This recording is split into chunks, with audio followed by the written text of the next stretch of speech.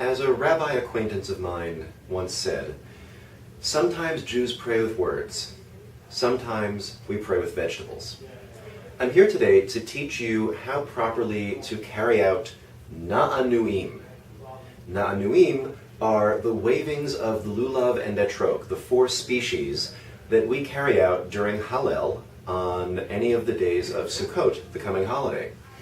Now, it's a little early. Today is Monday. Sukkot doesn't begin until Thursday, and I don't yet have my four species. So I have these substitutes. For the etrog, I have this onion right here. For the lulav, I have a pastry brush. For the arava, this thing, I think is for scooping pasta. And for the hadas, I have a ladle, which is the kitchen utensil, of course, that sounds most like it's a Yiddish word. Ladle. Now, we're going to execute Na'anuim based on the passage of Hallel found on page 386 of the Sim Shalom Sidur. So if you have one with you, feel free to pause this video and open it. I'll wait. Got it? Good. Now, I'm going to do everything in mirror image. What that means is that even though I'm facing you, and you might think that this means go left because you're thinking too hard, that's not right. I am showing you to wave your lulav to the right and to the left. Got it? Got it. Now, there's a special melody associated with Sukkot, and it goes like this. Da da da da da da da da da da da da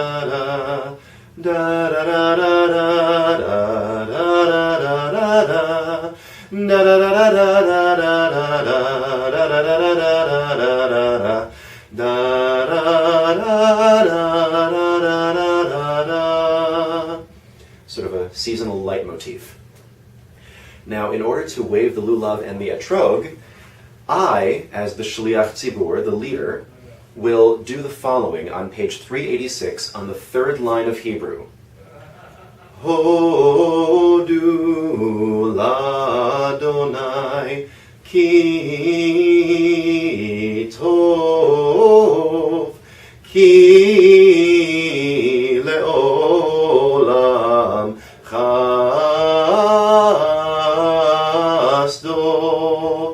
So that's 3 forward, 3 to the right, 3 back, 3 left, 3 up, and then 3 down. Don't actually point your lulav down, just kind of wave it in a downward direction while holding it upright.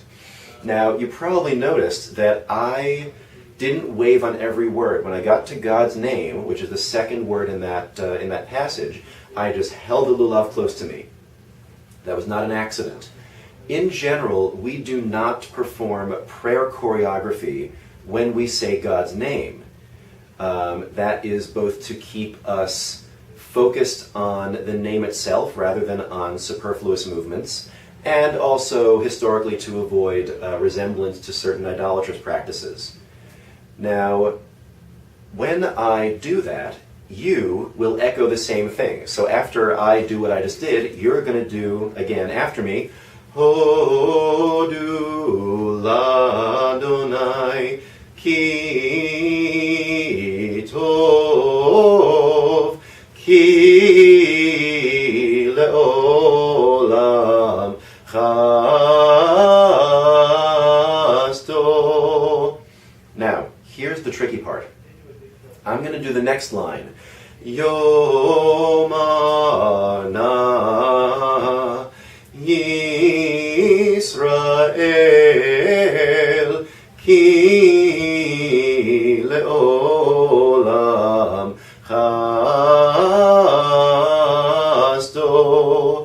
And you might think you're going to repeat that, but you're not.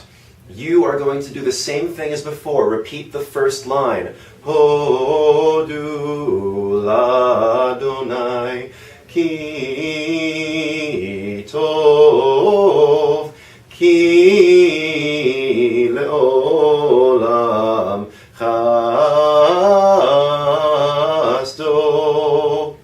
You can guess what happens next. The following two lines don't have any waving associated with them, so I will simply chant Yomeruna Beit Aharon Ki Leolam Chasdo, and you will go Hodu Ladonai Ki Tov Ki Leolam Chasdo.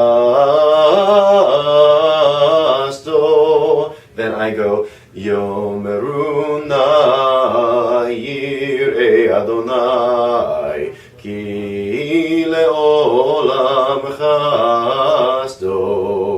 And what do? That's right.